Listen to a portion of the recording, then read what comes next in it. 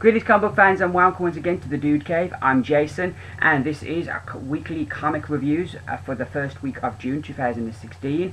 A nice week this week. We had Civil War broke out in the Marvel Universe. We've got the DC characters being reborn. So without further ado, let's get into those reviews. Alright, so we're going to kick things off with the Rapid Fire Roundup. For those of you that are new here, what the Rapid Fire Roundup is that I take the books that didn't make my comics of the week. I take each book and in 30 seconds to a minute for each book, I try to give you what I liked, what I disliked, and give it a score out of 5 stars. So let's get into this, and we're going to kick things off with DC. And first up, we have Batman Rebirth, issue number 1. Going into this, I was super excited for after last week's DC Universe Rebirth. I was super excited for all these Rebirth books, and I thought that they would all kickstart the different series, introduce all the different characters and status quos for all those different books, and kind of just really, you know, set up what these characters are now in this slight reboot. And unfortunately, we didn't get that. This is just basically a one and done Batman story, and I came away very disappointed, and probably a lot of that was what I went into expecting this to be, and then because it wasn't that, I just went away disappointed, and it didn't really heighten my excitement at all. I'm still going to pick up the Batman books I'm going to pick up. I'm still not going to pick up the books I'm not going to pick up the books that was not going to pick up. So nothing's really changed after reading this book. So in that regard, if this book was supposed to get me on board with all the Batman titles, it was a fail. There were good things here though. I really liked the use of Duke Thomas, even though it was frustrating that we didn't get to know more about what his new role is going to be and how it differs from being a Robin. I really like the mystery of like what's going on with Alfred and the avocados. I like the villain, the Calendar Man, another great Batman villain that I'd never met before, and I really liked him. He seemed totally bonkers, but you can understand with, you know, what he is, why that would turn anyone bonkers. So yeah, I really enjoyed the story, and I enjoyed the one and done nature of it. I was disappointed we didn't get more from Gordon and Alfred, but there were good things here, but at the same time there was a lot of frustrating and disappointing things. I'm going to give Batman Rebirth issue number 1 3 stars out of 5. So next up we have Green Lantern's Rebirth issue number 1. This was one I picked up just because I wanted to see what they were going to do with these characters. And also, it's co-written by Jeff Johns, and it's probably going to be one of the last comics he writes for a while with all his new roles for DC. I can't see him having the time to write many comics.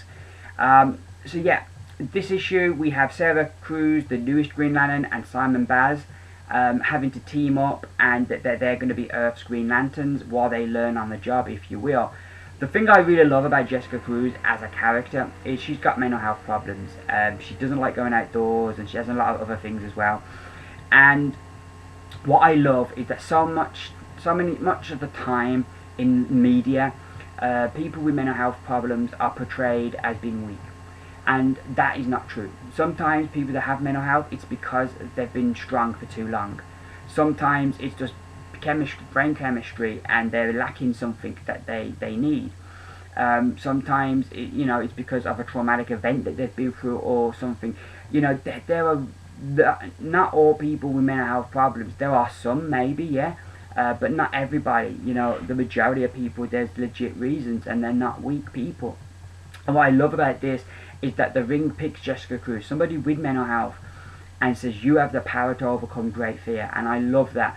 And then she's concerned and she's worried, and I know if I suddenly got a Green Lantern power ring, I would initially be buzzing, but once that buzz wore off, I'd be like, shit, now I've got to be a superhero, now I've got to defend all these planets, now I've got to do this and that, and I would be nervous. So I totally empathise with her, and I think the thing is, well, I've seen this quote somewhere that, and I'm not going to get the quote right, so I apologise, but something about being a hero is you stand up when you stand up for what's right, when everything in you wants to run away. That's being a hero. And you know, and kind of that's what we get with Jessica Cruz here. I like the interaction with her and Simon. Yeah, he got a little bit childish, but they're both new lanterns, both trying to kind of seem like they're confident. So I'm really interested in where these two are going to go and how they're going to work together. It set the series up really nicely, and I wanted to see the next issue and see where it goes.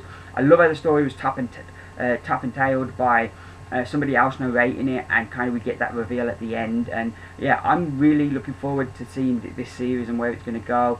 And going into it, I didn't really have that much interest, so this book was a success, and I give Green Lantern's Rebirth issue number 1 5 stars out of 5. So next up we have Superman Rebirth issue number 1, and where the other Rebirth books seem to be prologues for like where these Rebirth books are going to go, Superman Rebirth is really an epilogue for the New 52 Superman. I like the story's kind of got a very intimate feel about it, because we only get Lana Lang and our Superman from another world, and they kind of, what I loved as well is like art wise, the artist gets to really show us the classic Superman and his battle with Doomsday, and we go through all that and how he was reborn before and how this Superman might be able to be reborn.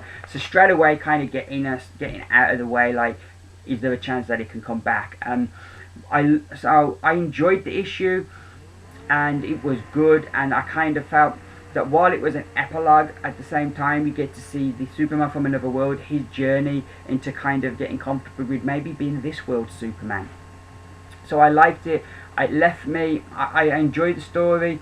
It didn't leave me with like a super excitement to see the Superman books, but it did feel like closure on the previous Superman. And I can't believe how little kind of talk that has got that Superman died. You know, like everybody's been so wound up with how good DC Universe Rebirth was, and how disgusting Captain America being a Hydra agent is, that Superman dying has kind of been forgotten. But this was a real good closure to that, and I'm going to give Superman Rebirth issue number 1 4 stars out of 5. So our final DC book of this part of the video, it is Superman, The Coming of the Superman, issue 5. Oh dear, this was a mess. The plot here was so impregnable. I did not have a clue what was going on. Characters were popping up, and I'm like, what the heck, I don't remember that. And characters that looked like they were going to be a big deal get dealt with in one panel. It was just very frustrating. At the end of it, it looks like it's going to come down to a fight between Superman and Darkseid, but at the moment I can't even clear what they're fighting for. So many plot points seem to have just fallen by the wayside, and while I'm enjoying the art and the feel of the book for being kind of like the books of my youth, this was just a mess to me. And yeah, there were good things to take from it, but in the main it was a mess, and I'm hoping issue 6 is going to be better, and maybe when this series is concluded, I might, if I get brave enough, go back and read this all together, and maybe the story would be better when it's all together. We'll see. But this issue I was very disappointed with, so I'm going to give Superman, The Coming of the Superman, issue number 5, 2 stars out of 5. So jumping along to Image now, we have The Goddamned, issue number 4. This is set just before the Great Flood. Noah is kind of gathering the animals and slaves to build the ark, and Cain is still alive, the guy who brought sin into the world when he was the first murderer. This issue, Noah has captured Cain. Cain basically wants to die. He's lived for thousands of years and he wants to die. He's like, you know, because of God's punishment, I was to wander the earth, I cannot die by the hand of man. So he's trying to find ways to die because he wants to finish. And this kind of culminates his journey, but by the end of this issue, he's found a reason to live. So I've enjoyed this journey. The scenes between Noah and Cain were brilliant. The kind of one's kind of like, yeah, God is good, and the other one's God's a piece of shit, and kind of they're arguing about this, and there's some great discussion backwards and forth that I really enjoyed. Overall, this was another good issue, very violent, definitely not one for the kids, but so far an enjoyable tale, and I give The Goddamned issue number 4, 4 stars out of 5. We then have, moving on to Marvel now, and we have All New All Different Avengers, issue number 10. This issue, the Avengers go off into space to try and find Nova's father as they travel through space on a budget. I like the fun feel of this book, and that's one thing that Wade does really well. Even though sometimes they'll have bad things happen to his characters, he has the ability to retain a sense of fun, and this is what this book's got. I love the makeup of the characters. I loved where the story was going. And Avengers in space, this just seems to be something we haven't had a fun Avengers space story in a while. Where they're not teaming up with anyone else, it's just them off on their own. I liked that. Like I say, I like the makeup of the team. And this is just a fun, light reading book that I'm enjoying. It's nice to have books like this on your pull list. And I'm going to give All New All Different Avengers issue number 10 4 stars out of 5. So next up we have All New Wolverine issue number 9. Wow, we're up to 9 already. This was another fun issue. I just so accepted Laura as Wolverine, and I hope she stays Wolverine for a long time, because I really like this character. I like Gabby as well, the other clone, and I think they go well together, and I like how we kind of have her memories of Wolverine as a mentor, of the previous Wolverine as the mentor, and how she's implying that to being the mentor to Gabby. I liked also how she interacts with Old Man Logan here, and that's something that's really good, that we're getting to see that interaction.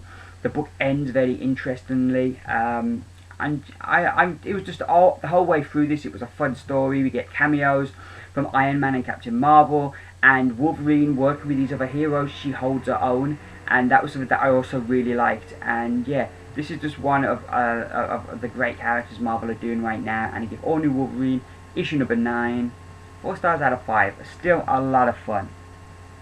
We then have Invincible Iron Man issue number 10.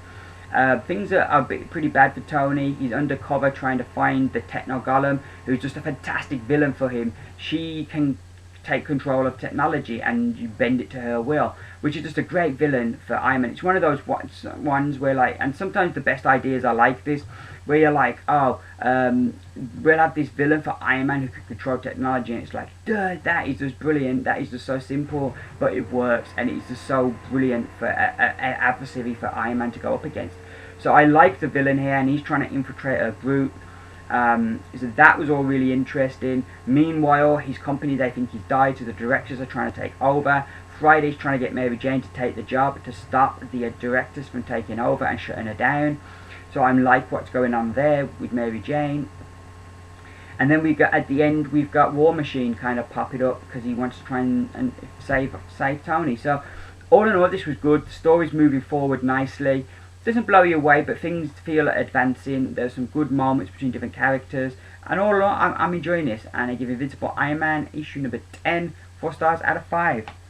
So next up we have Moon Knight issue number 3. I bloody love this book. Jeff Lemire at the moment is just on a hot streak for doing some great books.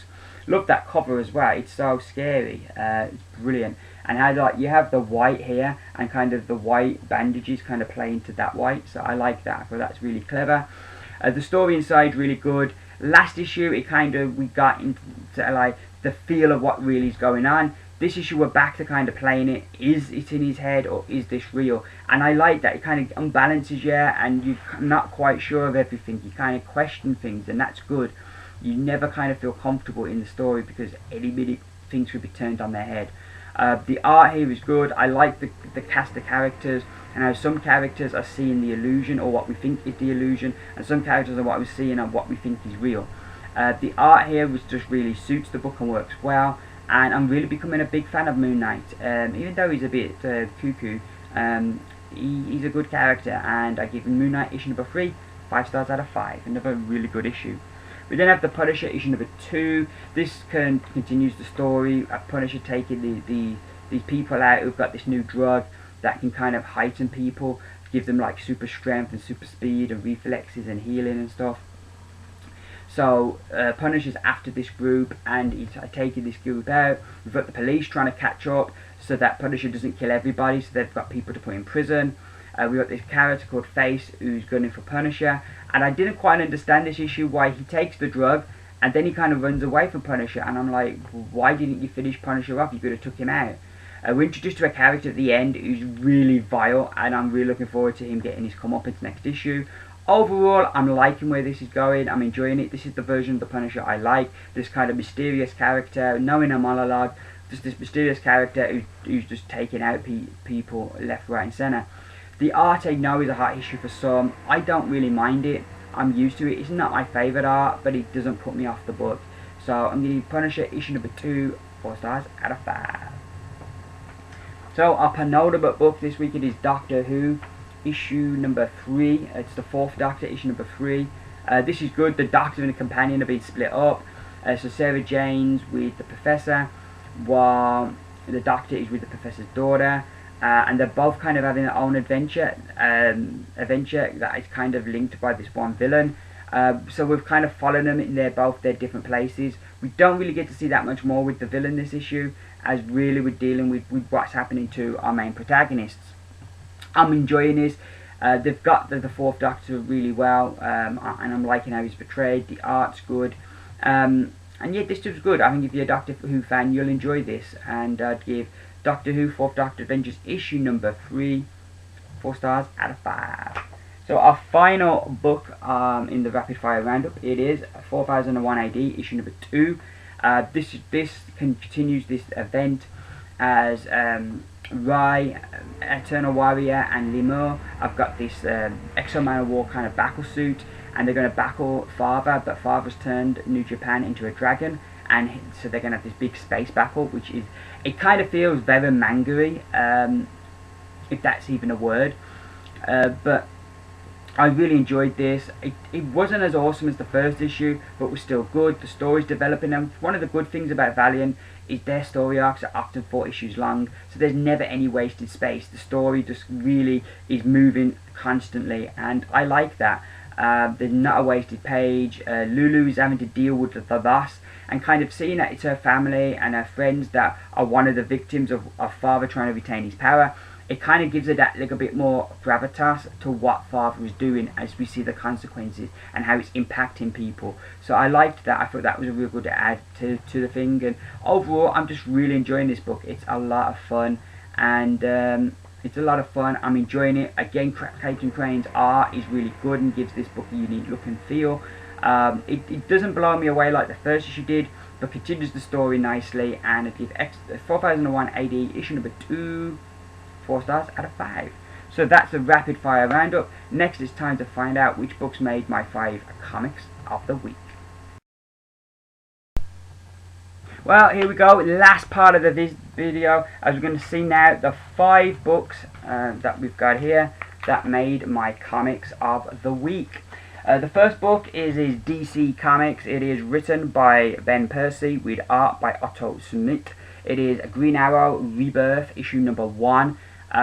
Initially I wasn't going to pick this up because it's the same writer that was writing him before, and I didn't like what he was doing with Green Arrow before, so why am I going to like it now?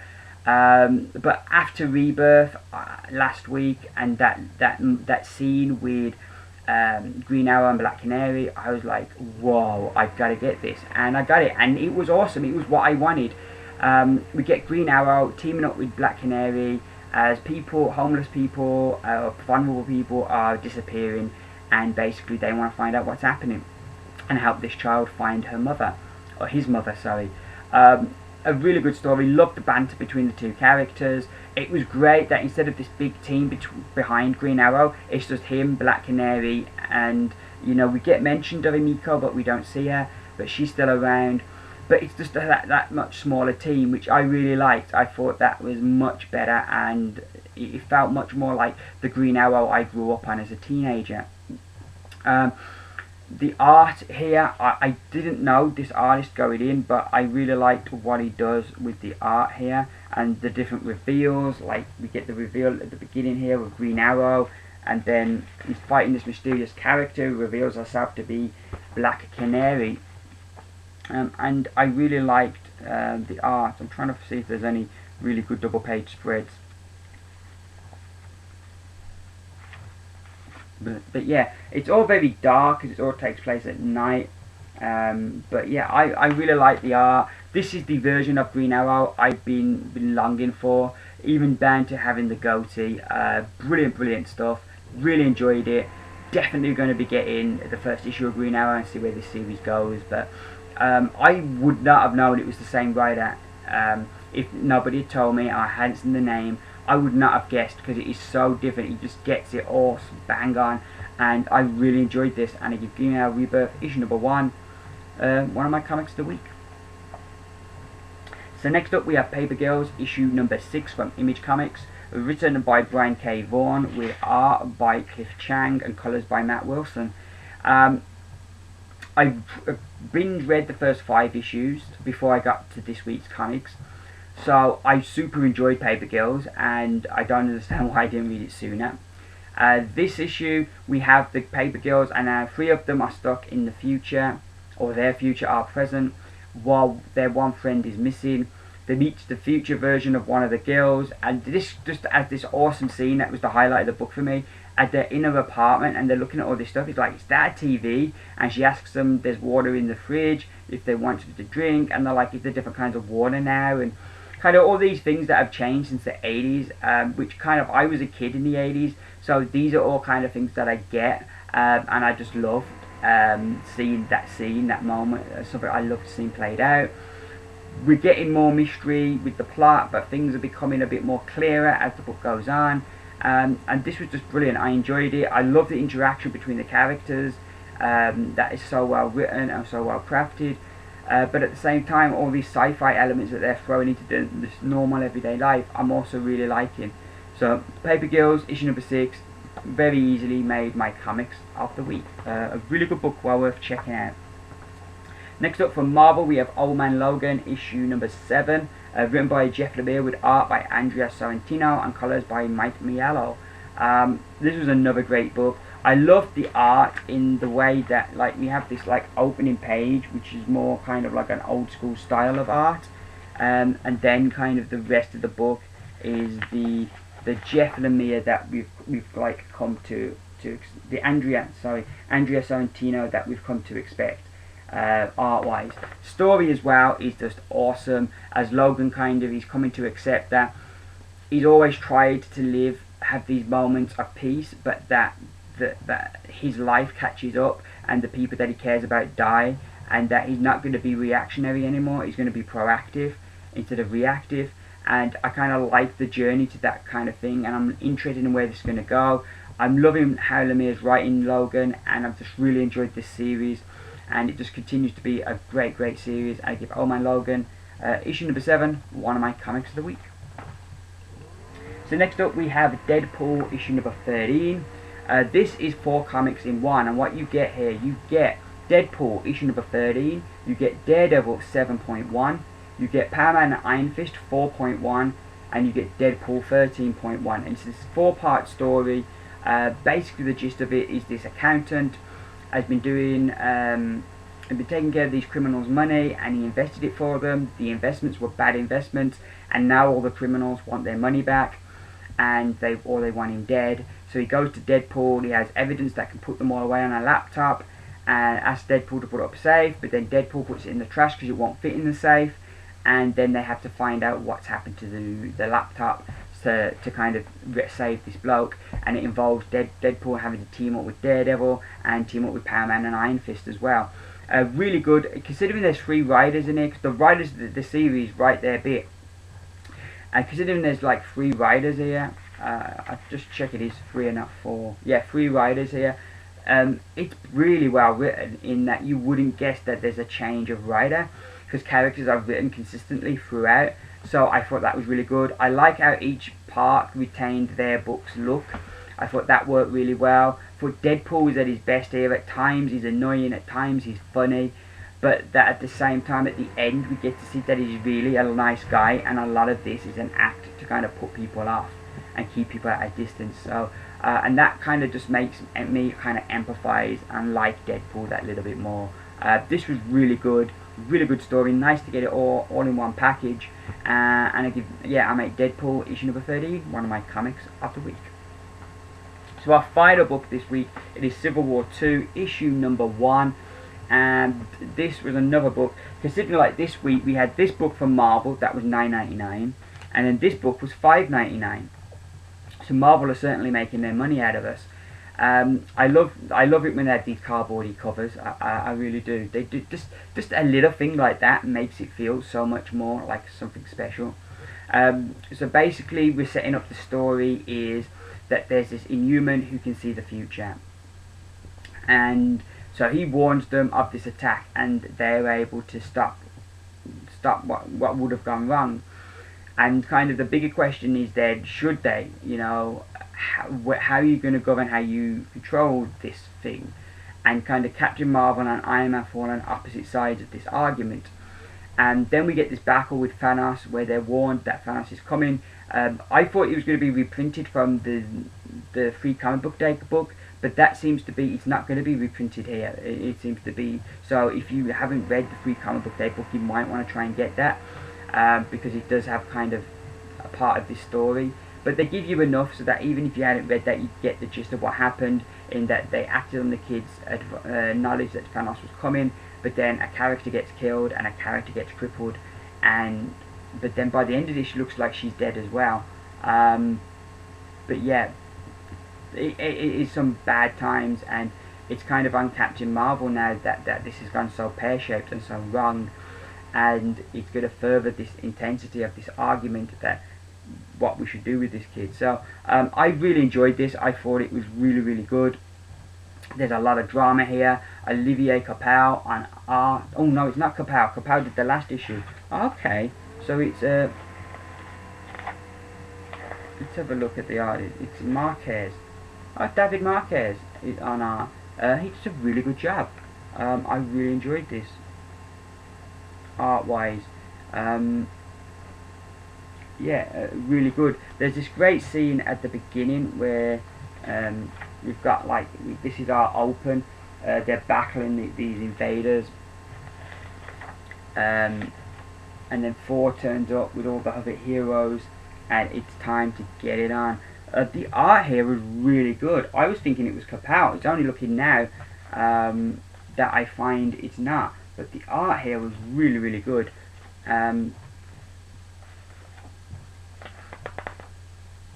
But yeah, the story unfolds nicely, and it does issue off a good dilemma. This guy can see the future, but should you, like, condemn someone because of what their future actions may be? So it's an interesting dilemma for the Marvel Universe to face, and this was a really good first chapter, and this has gone from an event that I was not interested in at all to one that I'm quite looking to see how it's going to play out, and I give Civil War 2 issue number 1 one of my comics of the week. And so that is it for another week. I will be back at some point at the end of this week with Comic Haul Weekly, where I will share with you the new books I've picked up. Yeah, that is pretty much everything. Oh, I dropped some books this week, so you won't be seeing Black Panther. I dropped. It's not a bad book, but I'm liking the series, not loving it, and I don't think there's any room on my pull list for books that I'm just liking. I dropped Captain America Steve Rogers, just wasn't a story I wanted to see. I dropped Deadpool, again it comes down to the liking it and not loving it. And if there's books I'm liking, I can read them on Marvel Unlimited. And I'm sure there was another title as well, but it'll come to me. Also, on the bubble, I'm looking at maybe dropping Black Widow. We will see where that story goes. The thing with me is the story itself I'm not that into, but I'm really loving the art by Samney. I love Samney's art, and that's the thing that's kind of conflicting me with that. Ant-Man I'm giving a bit longer, even though I feel Spencer's taking long to get to the point. I'm going to give that a few more issues and see how it goes. Likewise with International Iron Man is another book that I'm going to give a few more issues. So those are the books I dropped. There'll be new books turning up on my pull list as, like, the DC books are getting reborn, so there's a bunch of DC books I'll be trying out. So yeah, that is all I've got to say. As I said, I'll be back. Thank you very much for watching my video. If you enjoyed it, give me those beautiful thumbs up. Any comments on my video, please, the comments down below. I always love feedback and hearing what people think or any questions. I'll be back, as Arnie once said. All that leaves me to say now is that I've been Jason, coming to you from the Dude Cave with my weekly comic book reviews. Keep reading, and bye for now.